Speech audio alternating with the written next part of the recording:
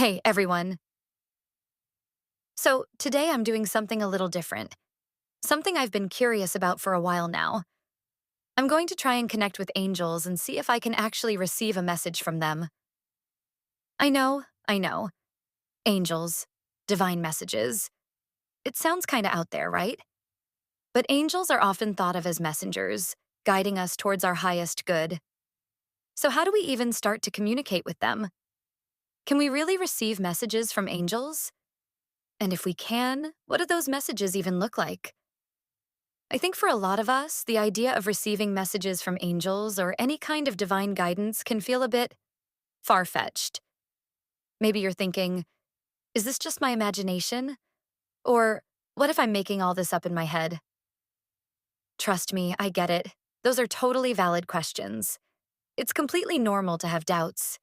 In fact, skepticism can be a healthy part of spiritual growth.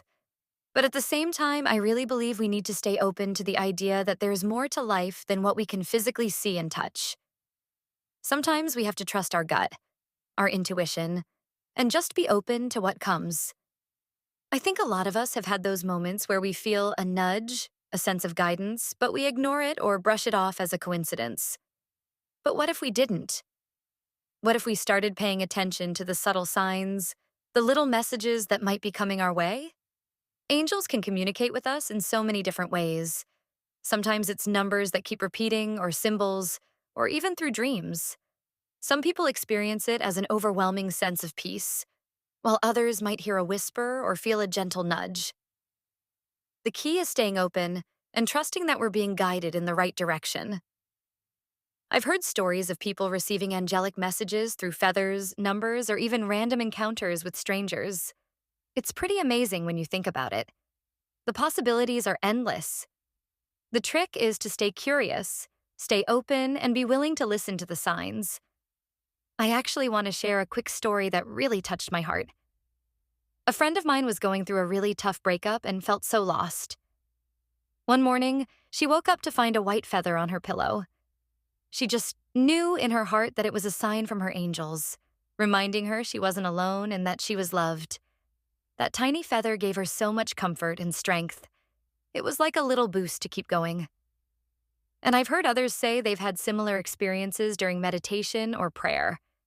Sometimes it's not a physical sign, but just this overwhelming sense of peace or a very clear message that comes through. I really believe angels are always trying to communicate with us. We just have to be willing to listen and receive. For me, I think receiving a message from an angel is about staying open and trusting that I'm being guided toward my highest good.